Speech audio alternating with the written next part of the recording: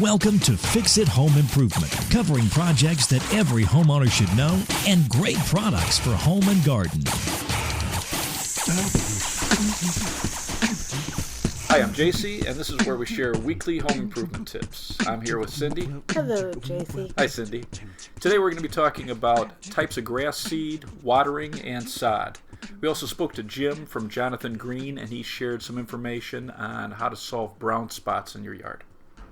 So let's start off by talking about grass seed. Okay. Okay, so you're going to go to the store and you're buying grass seed. Can you pick up any bag, or what sort of things do you need to be thinking about? What you should be thinking about is the area you're putting the seed down. So if it's sunny all day, you're going to want a sunny mix. If it's a large area that's shady, not a lot of seed does well in shade, so you want a specific mix for shade. And then they have blends if you're doing a large area around your home and you have some areas that are slightly shady. You can get a sun and shade mix. And then high traffic is important. So if you're in an area that's going to get a lot of wear and tear with pets and kids, you definitely are looking for something that says high traffic. Will all this information be located on the bag?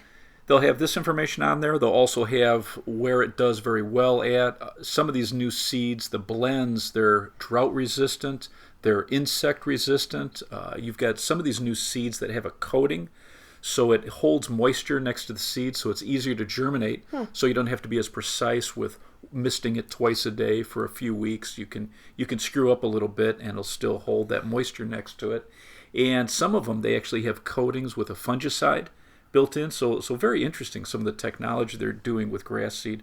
But if you take the time to read the bags, you'll learn a lot of information. They have some seeds that are more tolerant to dogs and holding up to the nitrogen where if dogs urinate. Mm-hmm. So there's two main styles of seed. There's grass that excels in cool season, and then there's the warm season seed. So especially in the U.S., like the northern half of the U.S., you've got to have grass seed that's going to tolerate freezing cold temperatures, and also in some areas drought. And then there's grass seeds that won't handle that, and those are primarily for your southern states. Three of the most popular types of cool season grass seed are tall fescue, Kentucky bluegrass, and perennial rye. Why don't you talk about some features of each? So the fescues, they're great in sun and partial shade, so they're usually in most blends. They stand up to traffic, and they're heat and drought resistant. And what's nice about a fescue is they're not as demanding for water like a Kentucky bluegrass is. So there's a tall fescue and a fine fescue. And fine fescue is actually very good for shade. So you'll see that in your sun and shade mixtures or a full shade mixture. The next type of grass seed is Kentucky bluegrass, and it does the best in sunny areas. So what most manufacturers do is mix a little bit of ryegrass or tall fescue in with the bluegrass so it does better. It's great for high traffic areas. It does very good in the cold, and it's drought resistant. And also in some areas where you have very hard compacted soil, bluegrass actually does very well. Then you have the Perennial Rye Grass, and it does pretty well in partial shade, but it does very well in sun. It's also tolerant to high traffic, and it's actually the quickest growing of the seeds. And you can use this. It's real popular using this for overseeding, especially if you have areas that have bare spots in your lawn. Ryegrass is good to fill that quickly so that it prevents weed seeds from taking over in those areas. So if we want to grow some of these cool season grasses, let's go over the steps. Okay. So the first thing you want to do is make sure that any area, whether it's a large area or a bare spot in your lawn, you want to rake up any debris. There can't be any leaves or any obstructions because the seed needs to touch soil for it to germinate. Once you rake it up, it's good to soften up the soil or scratch up the surface of the soil so that as the seeds germinate, the roots can easily get into the soil. And then you want to make sure you put down a little bit of starter fertilizer. Once you get the starter fertilizer down, you're going to want to put your seed down. You want about 10 seeds per square inch. And then once you get your seed down, you want to mist this twice a day for 2 weeks. And that's really the key. And there's different types, or there's different lengths of germination. So some will germinate in 2 weeks, some up to 4 weeks. But the first 2 weeks are critical. If the seeds dry out any time in the first 2 weeks, they die. And then once it starts to germinate and those roots are exposed and trying to get into the soil, if those roots dry out, they'll die. So this is the one mistake that most homeowners make, is that they don't keep the seeds moist for the first 2 critical weeks. And that's why some of those seeds, like Scott's has those seeds with that coating on it, so it holds that moisture next to it. And then once the grass gets to about 1 inch long, so it started to germinate, it's sprouted to about 1 inch, you can cut that back to maybe 1 misting a day or 1 misting every other day. And then once it gets to about 2 inches tall, especially with these cool season grasses, then you can go back to your normal, once or twice a week, and then you're going to want to get the lawnmower out there and cut it for the first time. Right. And the key with especially new grass, you want to make sure that the blade on your lawnmower is sharp. So it's a good time to sharpen your blade if you haven't at the beginning of the season. And then you want to make sure that you're not cutting more than 1/3 of the stem, because it really stresses the plant if you cut more than 1/3 of the leaf off. When is the best time to seed? So for these cool season grasses, the best time is fall, and you want the average daily temperature to be 45 to 75 degrees. What are the most popular types of warm season grasses? So in the southern states, you want grass that's heat and drought tolerant. So Bermuda grass, St. Augustine, buffalo grass, and Zoysia do real well and are popular. Bermuda is real durable, and what people like is it spreads very quickly, so it's great for filling in a lawn. St. Augustine grass is very hardy. It'll even stand up to desert-like areas.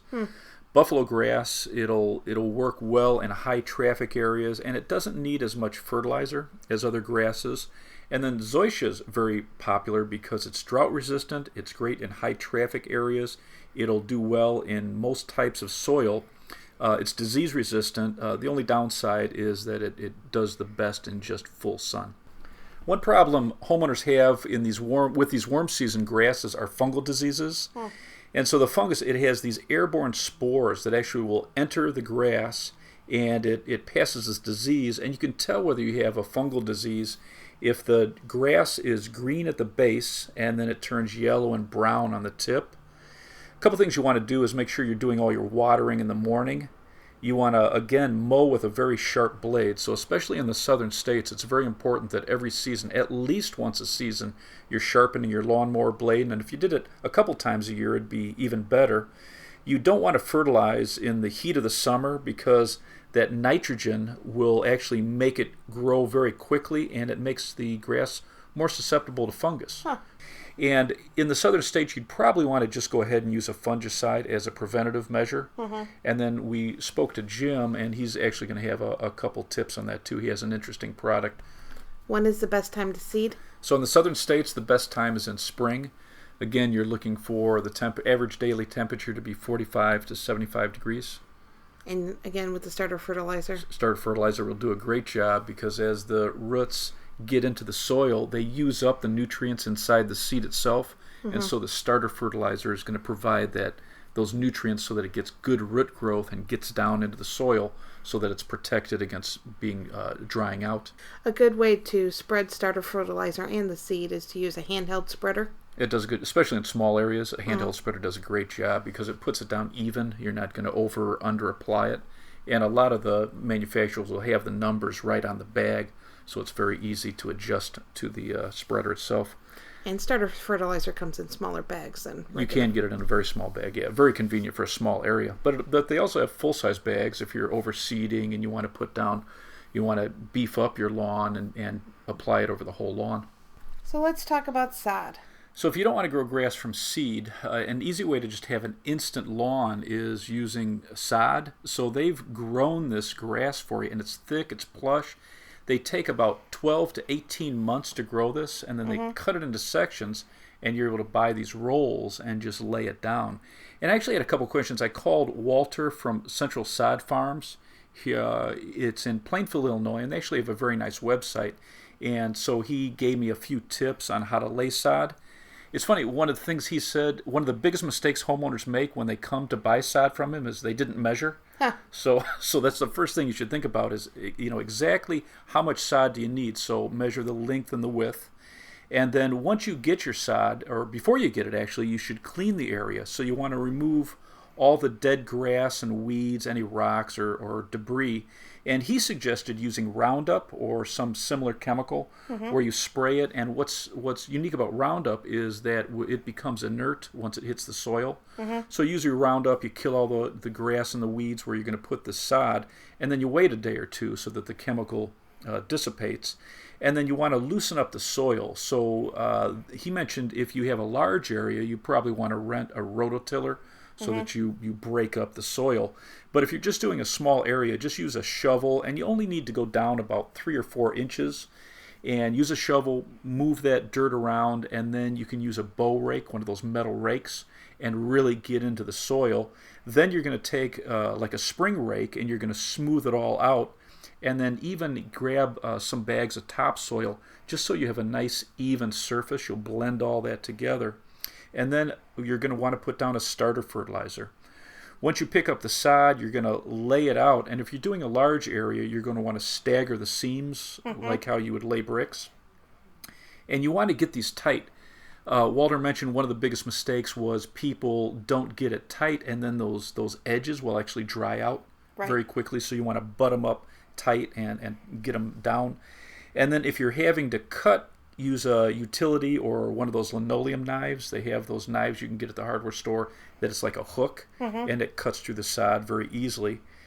And then once it's down and in place, you want to, if it's a large area, you're going to want to rent one of those rollers to go over the top of it, because again, you don't want a bunch of air gaps underneath it, because that will actually dry out. You can walk, if it's a small area, just kind of walk on it lightly and get it all down. And then the key thing is to give it about 1 inch to 1.5 inches worth of water that first day. It really needs water that first day. It's critical.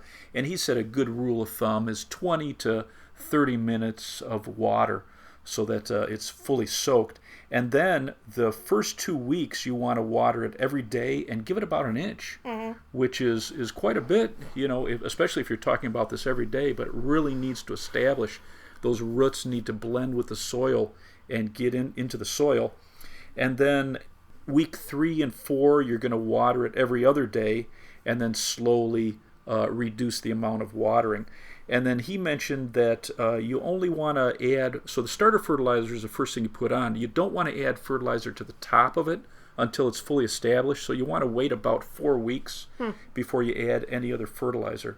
But if you follow those steps, he said that you'll do a great job of establishing the roots, and then it'll take care of itself. But it is amazing when you see a piece of sod. It is thick and plush, and just a very easy way to solve problems in your yard. And what was his website again? It was Central Sod. I think his website is centralsodil.com, and I'll put a link in the show notes, because he has some really nice tips on sod and watering and just to keep a healthy lawn. So you want to discuss watering? Sure. So the average lawn needs about 1 inch worth of water a week. If you have a length of time where it's extremely hot, you might want to add a little bit more to that. But the rule of thumb is 1 inch a week, and your lawn will be very healthy. So a good accessory to have is a rain gauge? Yeah, I think every homeowner should have a rain gauge, because it's going to tell you a couple things. Because it's hard to remember, how much rain, or to even know how much rain we actually got during the week. So a rain gauge is going to tell you how much additional water you're going to need to add if it's less than 1 inch. And then a rain gauge is also just a fantastic tool to teach you about your specific sprinkler. So take your rain gauge, put it underneath your sprinkler, and let it just run until it reaches 1 inch, and now you know how long it takes to water to 1 inch. And then, every sprinkler is different. So it's just a great tool I think everybody should have. Another important part of watering is when you water. And almost 30% of the water that we use is from watering our lawns. Some experts say that as much as 50% of the water used for lawns and gardens is actually wasted because we either water at the wrong time of day or it's running off down the driveway or into the streets. And so it's important to water first thing in the morning before the sun causes it to evaporate. You never want to water in the middle of the day, because you lose a lot for evaporation. And then at the end of the evening, especially in the southern states, you have a great chance of encouraging disease, lawn disease. So timing is very important when you water. So how can we save water? So for your lawn, most grass will withstand pretty long periods without water, so they can go almost up to a month, most types of grass. So it goes dormant. It's not, even though it looks dead, it's not dead. Right. Some will get pretty brown and they'll look dead, but they're not. And others just kind of fade a little bit. Mm-hmm. But you want to make sure that your lawn's fully established. Like if you have an area that you just seeded, you have to keep watering it. If you have brand new sod and you've spent that money, you definitely want to keep watering it that inch per week.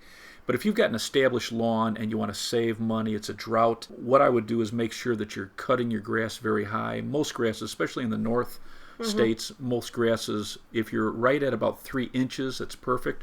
The longer you keep your grass, it's going to keep the grass cooler. It's going to keep evaporation low, and it's also going to allow deeper roots, so it's able to get more nutrients and water. In southern grasses, around 2 inches, and every variety has its own, but about 2 inches, 2.5 inches in the south. And then most grass will tolerate about a month of no water. So if you want to save on money and allow your grass to go dormant, so you'd let it go for 4 weeks with no water, but after 4 weeks, you need to give it about a half an inch every 2 weeks. So that would kind of be the trick if you have a really rough summer and you don't want to spend the money or you want to conserve water. Go a month with no water and then start giving it a half an inch of water every 2 weeks. And that would be the trick. So I talked to Jim from Jonathan Green about brown spots in your lawn, and he had a couple of nice insights. Cindy and I were talking this week about some grass seed tips and also some tips on how to repair bare spots in a lawn, and I was wondering if you could give us some tips. Certainly. The lawn spots, what you typically see, and there's a couple of things that are going on right now, but typically, they're related to dog urine spots. Okay. Because they tend to have more accumulation of salts in their urine. Female dogs have more salts in their urine than a male, but male dogs like mine, he typically goes in one spot.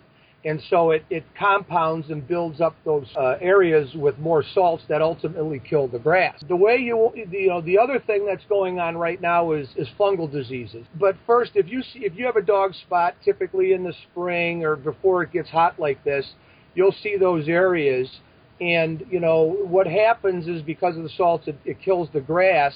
And what we suggest, a lot of people suggest, they talk about gypsum, which is a dolomitic limestone product. We have a product at Jonathan Green called Magical, Magical, and that's a super concentrated dolomitic limestone that will help neutralize and break down the heavy salt buildup in the urine. And by using that on those spots or the entire lawn, that will help neutralize that.